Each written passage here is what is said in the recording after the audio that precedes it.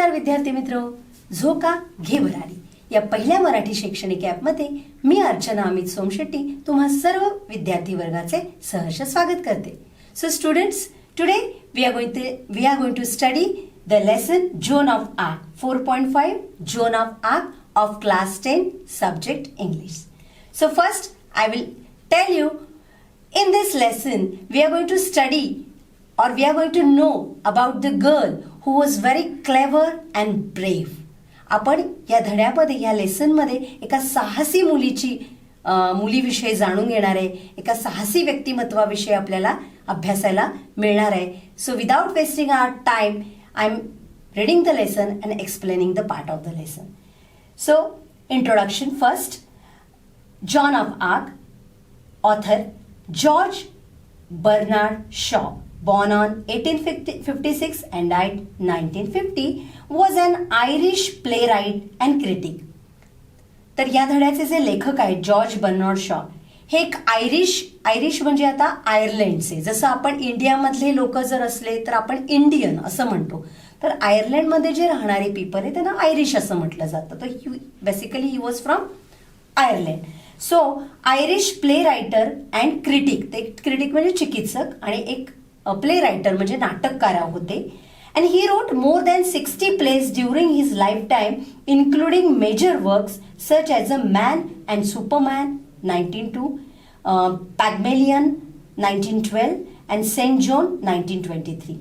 त्यांनी मला वाटतं 60 पेक्षा जास्त अशी खूप फेमस अशी नाटकं, मोर than 60 plays during his life time त्यांनी अशी लिहिलेली आहेत. आणि त्याच्यामध्ये काही नावं तुम्हाला दिलेली आहेत त्यांनी. 1902 मध्ये म्हणजे 1902 मध्ये मॅन अँड सुपरमॅन, त्याच्यानंतर 1912 मध्ये पॅगमेलियन, 1923 मध्ये त्यांनी सेंट जॉन अशी नाटकं, म्हणजे त्याच्यामध्ये ती गाजलेली नाटकं त्यांची अशी त्यांनी दिलेली आहेत.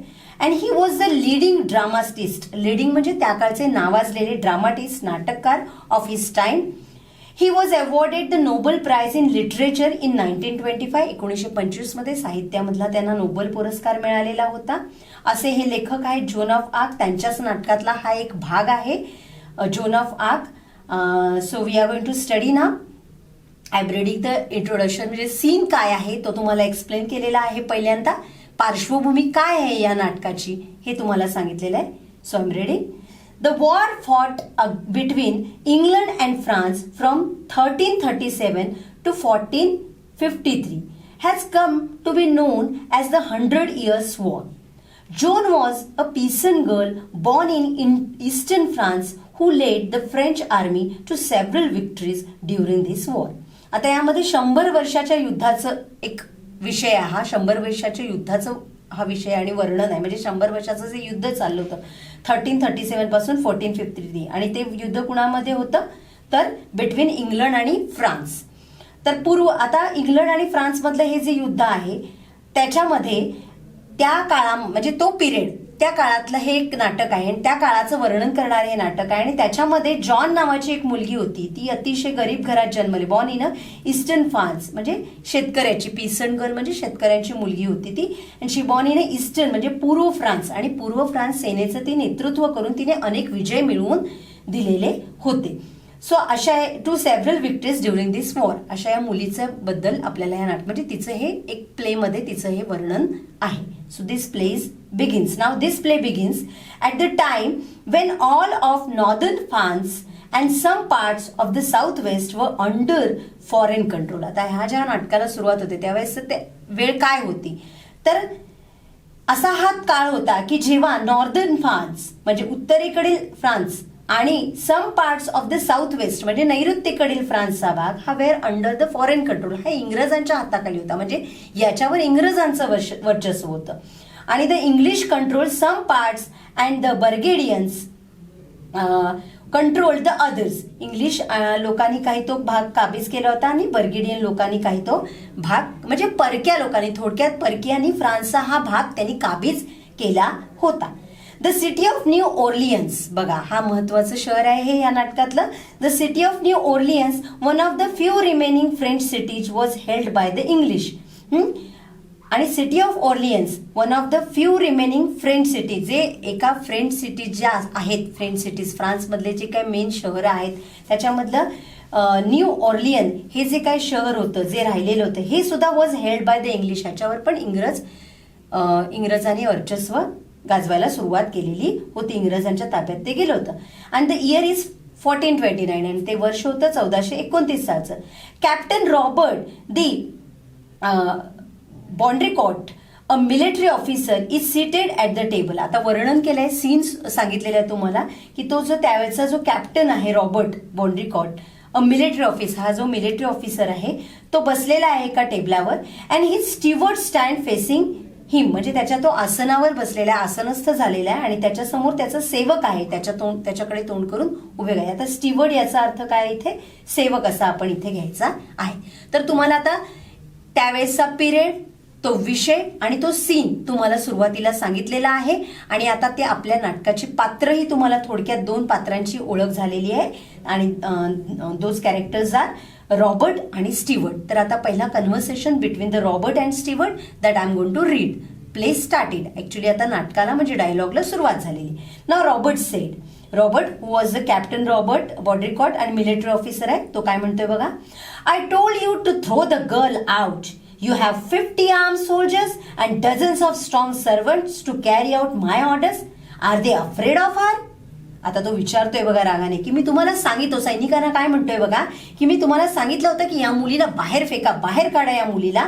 हा, एवढे 50 आर्मी सोल्जर्स आहेत, डझनभर सर्वंट आहेत आणि तुम्ही you carry out my order. तुम्ही एवढे लोक असून माझी ऑर्डर कॅरी करून, म्हणजे माझी ऑर्डर तुम्ही फॉलो करत नाहीये, त्याच्यातला एक पण माणूस फॉलो करू शकत नाही. Are they afraid of her? का तुम्ही हे सगळे सर्वजण त्या मुलीला घाबरता, असं रॉबर्ट विचारतो. Then steward said, no sir, we are afraid of you, but she puts courage in us. She really doesn't seem to be afraid of anything. Perhaps you could frighten her sir.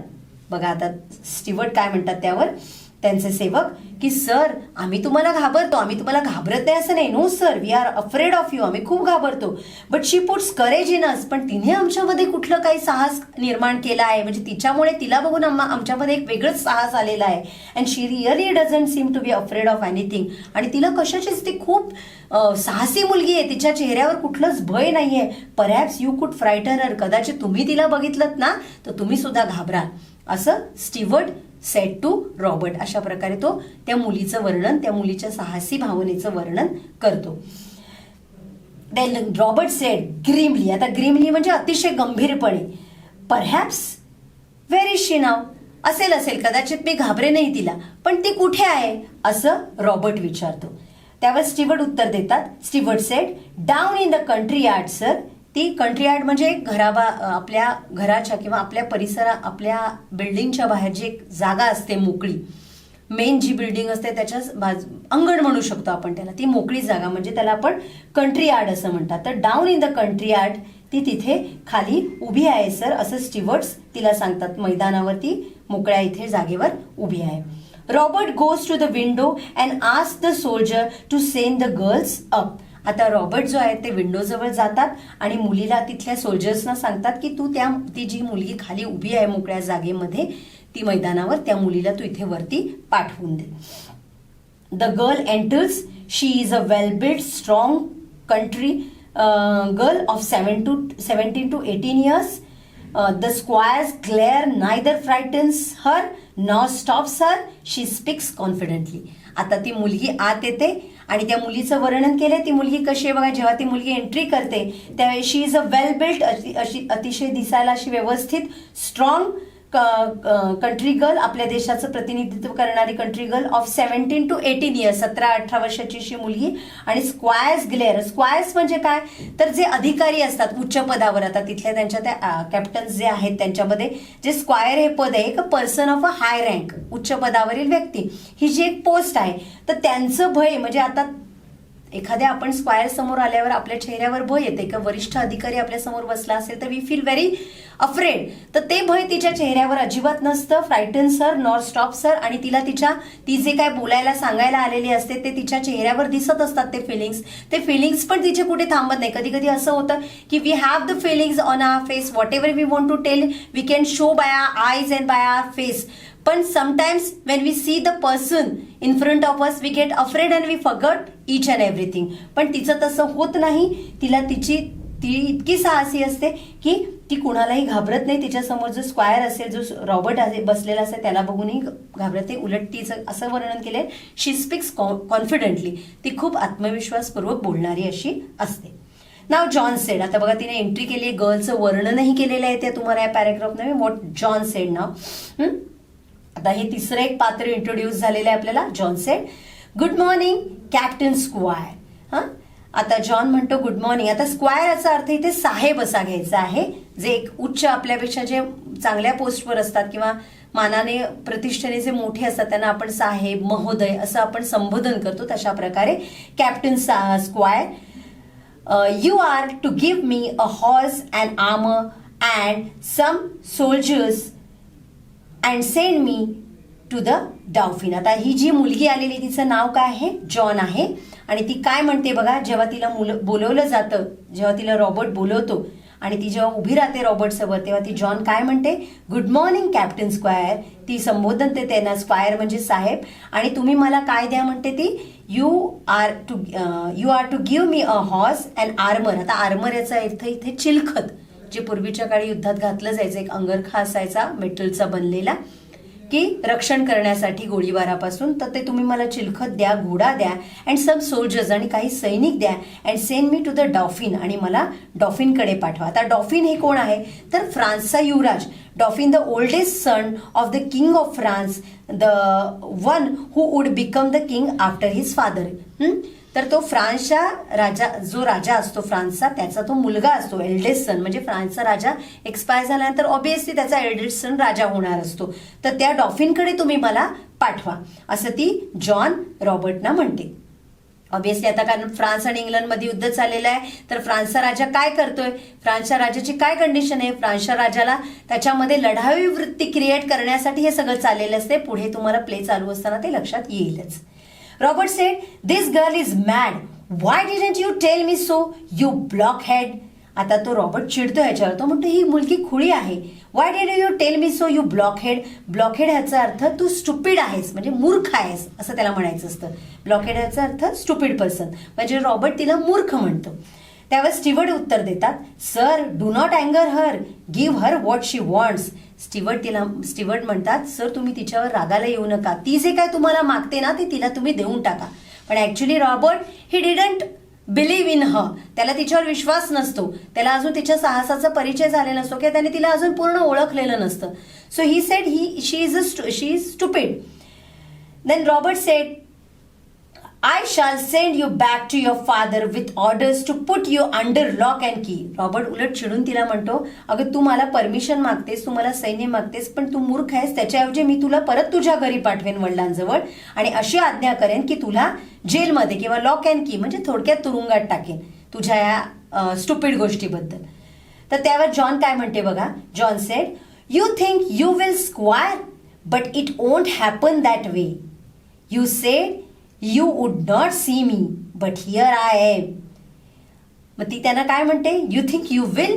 तुम्हाला वाटते तुम्ही असं करू शकता, तुम्ही मला जेलमध्ये घालू शकता, but it won't happen that way. हे असं होणारच नाही. You said you would not see me. तुम्ही ह्याच्या अगोदर मला भेटण्यापूर्वी मला भेटायला तयार नव्हता, because Robert was not ready to meet her. But who convince? Steward convince to Robert to meet her. At least one time you meet her. Robert तिला भेटायला तयार नव्हता, पण फायनली तो तयार झालाच की नाही. म्हणून ती म्हणते, बघा आज मी तुमच्या समोर आहे, I am in front of you, but here I am. So students, आत्तापर्यंतचा मी जो हा पाठाचा भाग तुम्हाला शिकवलाय तो तुम्हाला समजलाच असेल. आणि हा जर तुम्हाला पुन्हा आणखीन व्यवस्थित समजून घ्यायचा असेल तर माझा हा व्हिडिओ तुम्ही परत पहा. स्टे कनेक्टेड विथ झोका. थँक्यू.